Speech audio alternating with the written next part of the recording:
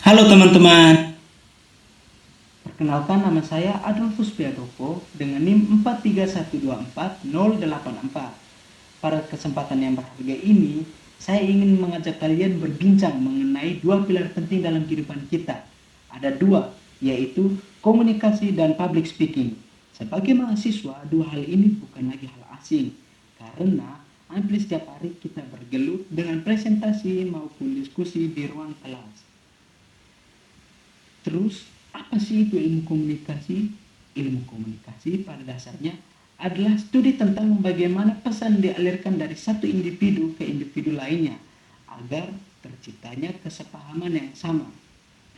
Dalam keseharian, kita terus berdebat serius saat menyampaikan pesan argumen di kelas. Namun, perlu kita ingat, berbicara tidak sama dengan berkomunikasi. Komunikasi baru dinyatakan efektif jika pesan yang kita maksudkan ditangkap dengan benar oleh lawan bicara kita. Seringkali kita merasa bahwa sudah menjelaskan dengan benar, tapi mereka ini masih bingung. Nah, disitulah letak tantangannya. Dalam ekosistem komunikasi terdapat 5 komponen kunci yang saling berkaitan. Yang pertama, ada komunikator. Komunikator ini orang yang menyampaikan pesan.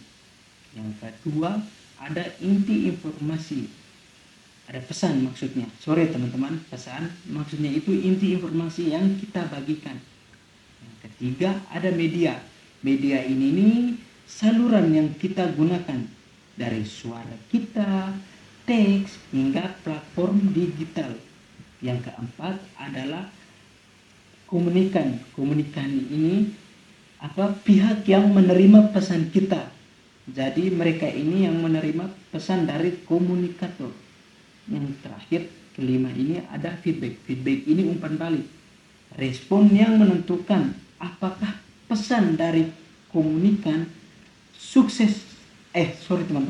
pesan dari komunikator sukses tersampaikan kepada komunikan, atau jangan sampai justru mereka tidak paham. Contoh nyatanya, ini dia punya contoh saat kita pecah kelompok nih.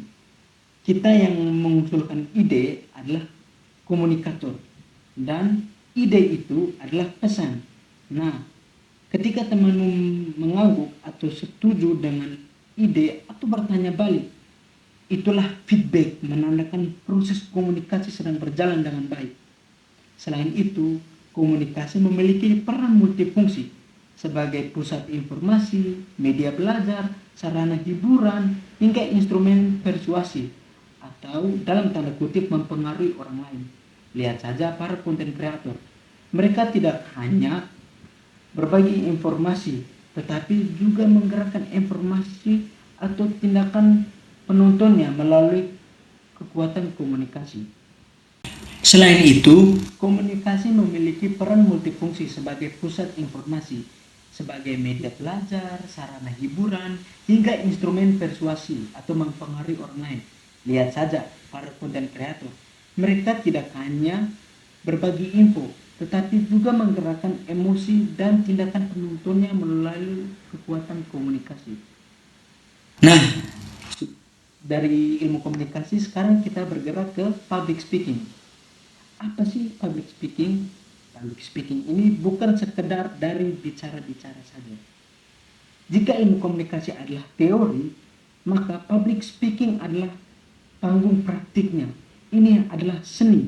Seni menyampaikan pesan di depan khalayak secara terstruktur, meyakinkan dan tentunya memikat perhatian. Mengapa ini krusial bagi kita? Karena seorang yang menguasai panggung cenderung mudah dipercaya dan dihargai pendapatnya. Untuk berbicara pada level tersebut, ada 5 elemen teknis yang wajib kita asah. Artikulasi dan kecepatan berbicara dengan jernih dan ritme yang pas. Kepercayaan diri, aura positif yang membuat audiens yakin pada kredibilitas kita. Intonasi suara, bermain dengan nada agar presentasi tidak mendengar membosankan atau monoton. Kontak mata kita adalah jembatan emosional untuk merangkul audiens. Bahasa tubuh, gerakan tangan, ekspresi wajah yang memperkuat setiap kata yang terucap. Menghadapi rasa gugup, banyak dari kita sering merasa demam panggung. Kalau itu wajar kalau demam panggung, karena banyak yang ke demam panggung begitu. Jadi itu hal yang sangat manusiawi. Kuncinya bukan menghilangkan rasa takut, tapi mengolahnya menjadi persiapan yang matang. Jangan hanya menghafal teks, jadi tidak boleh menghafal teks, tetapi paham esensinya atau paham ke materi yang apa kita bawakan, kita harus betul-betul paham. Tidak boleh paham, karena satu kata kalau kita tidak paham, maka ke belakangnya juga kita akan tidak paham. Dengan ini, memahami materi, kita bisa berbicara lebih luwes dan organik dengan bahasa kita sendiri. Jadi teman-teman, jadi ini sekarang kita ke bagian penutup. Sebagai kesimpulan, ilmu komunikasi dan public speaking adalah dua sisi mata uang yang tidak bisa dipisahkan. Ilmu komunikasi membekali kita dengan pemahaman strategis, sementara public speaking adalah alat untuk mengeksekusinya di dunia nyata. Mari kita terus berlatih, karena kemampuan bukan bakat lahir, melainkan keterampilan yang bisa dikuasai oleh siapa saja yang mencobanya. Sekian dari saya, terima kasih atas perhatian teman-teman semua. Saya ucapkan terima kasih. Jika ada kata-kata yang salah, mohon maaf. Terima kasih.